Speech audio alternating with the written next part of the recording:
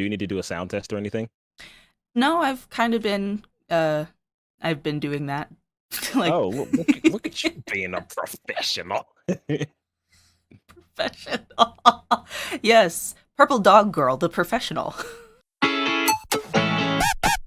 Hello, everybody. My name is Shiokami. Welcome back to my channel. If you're new here, hi, I'm a purple dog. I do dog things and things that I probably shouldn't. Welcome to today's video. We will be talking about anime. That's something I don't do a lot here, but buckle the fuck up. So, today we have Zabu. We're doing a collab. I've already done one for his channel, so if you're interested, go check it out, where we talk about the old big three versus the new big three in generational anime. So, pretty exciting. We had a nice long chat. Say hello. Hello, and I just want to comment that it's impressive that you did that in one take. So, the topic of today's agenda, we will be talking about reading manga online or digitally compared to buying physical copies. Is there anything in particular you'd want to start by saying before we get into the questions? All right, so I guess the main thing that I want to get at is, in order for your favorite manga to become an anime, you have to support the official release. And what they mean by that is spend your money and buy some copies. Open your fucking wallet. Right? It's like you don't have to spend a fortune buying these manga, because we know they're like, $10-12 a piece. So if you're trying to buy an entire series, it's gonna cost you a little bit. Yeah. But just buy a little bit at a time, recommend it to your friends, and then have them buy it a little bit at a time. Snowball effect. Next thing you know, boom, the trailer for your favorite manga just got released, and it's all because you helped make that happen. So yeah. It's a decent segue into the first question. Does online viewing of manga affect the issues with piracy? I think I'm gonna have to, now there are some apps like Crunchyroll, for example, that has a manga extension that you can read the manga on, but 9 times out of 10, most of the manga readers that you're going to be using are going to be just these random sites that have been posted online and they've been translated. Yeah, that fan way you translations and know, stuff. Right? And stuff like that, because those sites are so abundant that it's much easier for somebody to just stumble across one of those sites and watch something for free or read something for free, as opposed to signing up for Crunchyroll and reading it that way. Yeah. Because the way I view it, like, okay, let's say you sign up for a little Crunchyroll subscription, you're reading these mangas. Okay, I gotta share these with my friends, I gotta tell everybody, this manga's great. Oh, hey man, I really don't got $3.99 to spend on Crunchyroll every month, no thank you. And he goes, well, okay, give me like 3 days, I'm gonna like screenshot all of these pages for you, and then I'll send them to you, or I put them in a Google Drive, or I'll put them on whatever the fuck so that you can read it. And that's still technically piracy. So, yeah, you're doing it to help out your buddy, but it's like, you still stole that. Yeah, and that's pretty terrible. We're all thieves. We've all done piracy. Right? And it seems like something that's just so innocent. It's just like, I was just showing my friend like this manga that I found. Like, I didn't even think that, hey, like what you're doing is illegal. Yeah. Versus, let's say you buy the manga, but instead of like, you buy the manga and you read it, and then you send that collection to your friend so that he or she can read it, and then they send it to their friend. Technically, it's still getting the word out, but those volumes have only been purchased once. Correct. So it's like, is that just as bad, instead of just being like, hey, I have these manga, if you want to read it, you need to go buy it? Like, well, will that be a valid argument?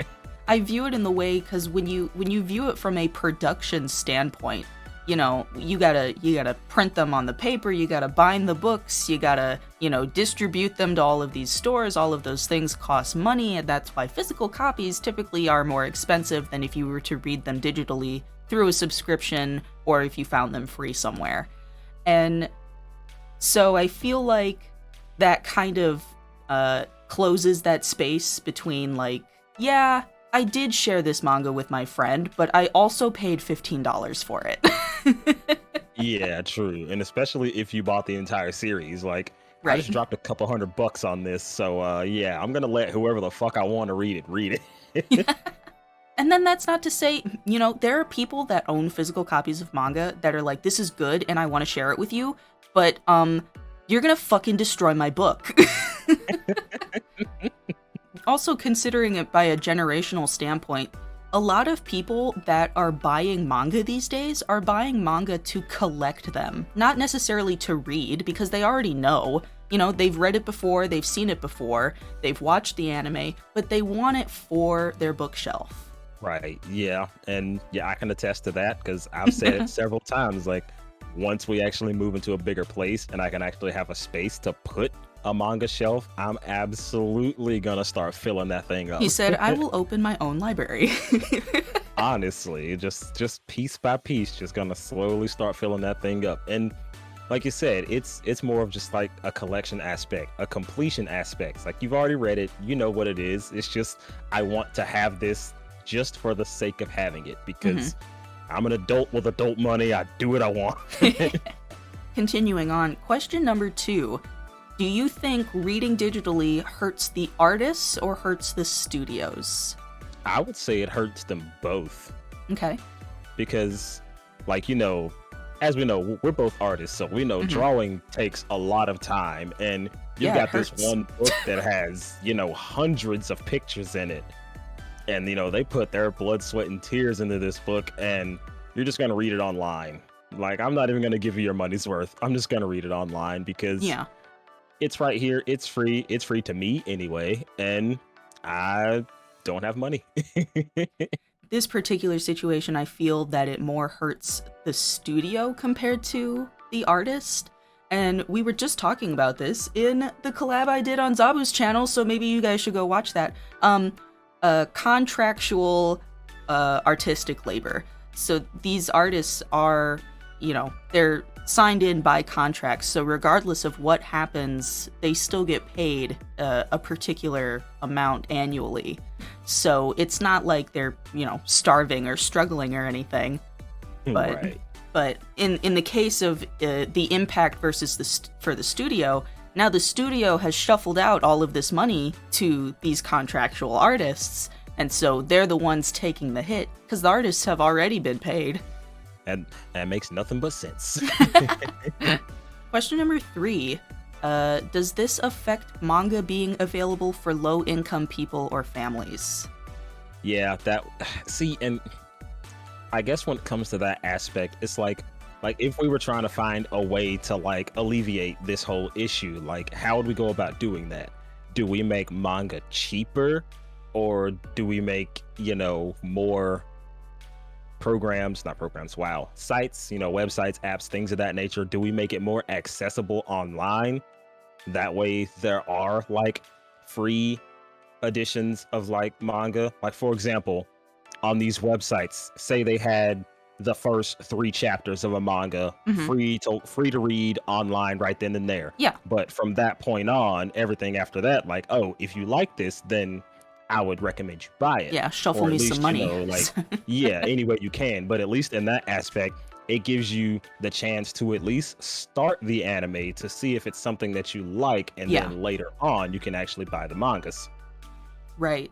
Yeah, because I mean, like, that's the thing, you know, there's not, you know, especially in today's day and age, there aren't a lot of people that can justify spending $15 on a book. That's a meal. That you know, that's some gas in my tank. You know, that gets me through another 2 days of life. My $15 for, you know, animes like, you know, Naruto, One Piece, Bleach, the ones that, you know, they don't have just 10, 12 chapters and then boom, grand opening, grand closing. Like, they've got 30 and 40, 50 different chapters that you've got to go through. I'm like, that's a lot of money if you're trying to own that entire series and read everything. Yeah. I remember when I was young, I would always like go to the library, but I wouldn't check anything out because you need to pay for a library card.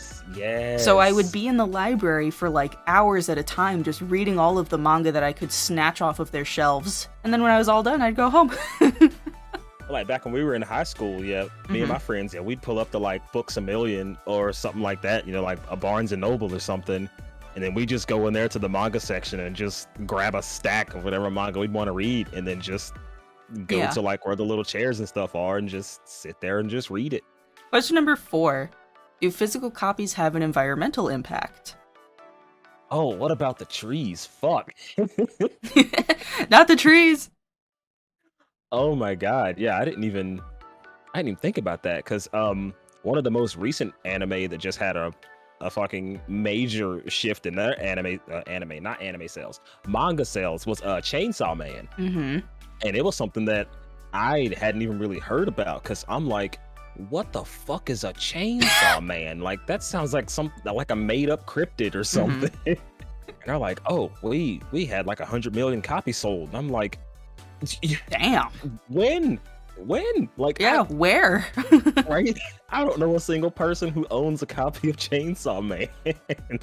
Yeah, I mean, environmental impact is tough, especially, our environmental climate only continues to get worse because people don't give a fuck. Let's just be honest. People don't give a fuck. And so not only, with trees, trees make paper for anyone that wasn't aware. Is also like, is paper a recyclable material? Yes, you can recycle paper, but only about 9 to 10% of our waste actually gets recycled. Right, and that's another thing, like living in the digital age, why don't these companies just also sell digital copies of the manga? Like, why is that not a thing that's happening? Like, I understand, the aesthetics of having a collection on your shelf, but if you still want to own it, like, and you don't want to buy books or whatever, like sell the digital copies. Like, and of course most of those costs go right back into, the materials that actually make a book, which is why mangas are so expensive. All right, because I'm like, hell, even if you sold 100 million copies, even if you only made $1 of profit off of each of those books sold, that's still $100 million worth of profit. So our last question, does online reading affect the community's communications? Say that again, but dumber. So what I mean by that is, for example, if I was holding a physical copy of a manga, everybody would know that I'm reading a manga. This could spark a conversation between somebody who has already read this manga or someone who's interested in reading it, or maybe just somebody who wants to know what you're reading. Compared to if I was viewing a digital copy on my phone, nobody knows what the fuck I'm doing on my phone. I could be looking at big ass anime titties. They don't know that. And so it deters the conversation from other people who are interested in anime. Oh, I see what you're saying. Yeah, so because it's kind of like whenever you go to an anime convention and you see someone cosplaying as, one of your favorite characters. It's like, that's already proof right there that, hey, you know who that character is. We already have a common interest. Versus someone who's not cosplaying, not wearing any kind of anime merch. It's like, you have no idea what's going on with that regular person. Dude number one. It kind of sucks that, the digital age has kind of taken that away from us. Like, just the abundance of books and the fact that people could be reading more books and like have access to more books. It's like less about pages and more about screens, because digital age, it's all about the phones now, all about the tablets now. The situation I mentioned earlier, I'm holding a physical copy of a manga, eating lunch, minding my own goddamn business. All of a sudden, if the popular high school bitch catches you reading a manga, she's gonna flame your ass like she's never flamed anybody else before. Honestly, like, just find you as a target and just fucking pick on you. Or they walk up to you and pretend that, they know everything about it because anime's cool all of a sudden. Not when we were fucking in school. Yeah. When they get bullied for having the Naruto backpack, but now everybody has a Naruto backpack. And I'm like, it's such a bittersweet kind of thing, because while yes, I do like the fact that the newer generation can actually be proud of the anime that they like without having to face those consequences. But at the same time, I'm like, we walked so you motherfuckers could run. You don't know what it's like. To kind of bring it all together, should people be buying more manga in general? I would say yes. So, I took the liberty of taking some community comments about this subject. I asked my community if they prefer digital or physical copies of the things that they read. First one is from Coyote Lovely. He chose physical copies. Digital copies are convenient in my opinion until they aren't. For example, if I buy a digital copy of a book and the device I use to read is lost or stolen or broken, then I have not only just lost the book, but all of the other books that I have downloaded on my phone as well. That's true. And as far as, something digital, there's really no loss prevention. Because, in the event of an accident that happens in your home, you can write all that stuff off and, but yeah, if something gets lost, stolen, or damaged inside your household, in the event of a disaster, I guess you could say, there's write-offs for all that stuff because, you appraise the value of the things that you lost. But, if it's something on a digital device or whatever, you can only appraise the value of the device itself, not so much what was on it. Next comment comes from Drongo Paz. Says, grew up reading paper copies, nowadays defo more accessible for digital, and I can read books not available where I'm from, so I don't have to resort to buying them over eBay. That's another plus side to digital copies is that you can view materials that may not be available in your region or country. Yeah, true. Don't gotta worry about accessibility or shipping costs and all that stuff. Next answer comes from Dusker Nightshade 1. I think I said that right. It says, I normally do digital copies as I can conveniently have it on my phone or tablet. A little easier to fit than a couple of paper books in a carry-on. But I still read paper copies. I still read my old Anne Rice and Steve novels, even though they are unavailable in digital. Okay. Yeah, I mean, carrying all those books is fucking heavy. Have you ever put 2 textbooks in your backpack? That shit sucks.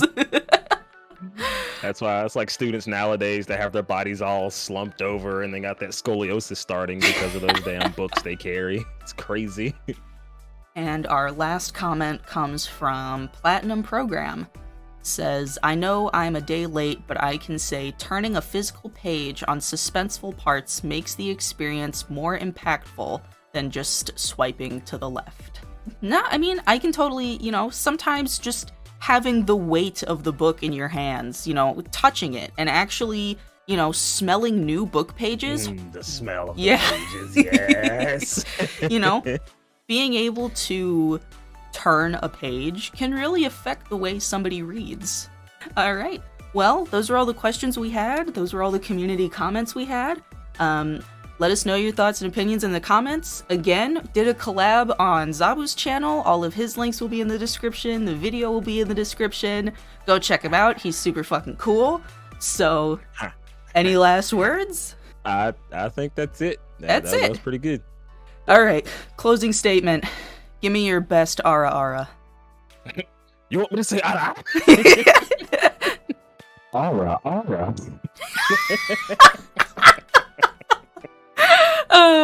Was that the take, or were you just practicing? Oh, that's it. That's all I got for you. He said, that's the take. Call it a wrap.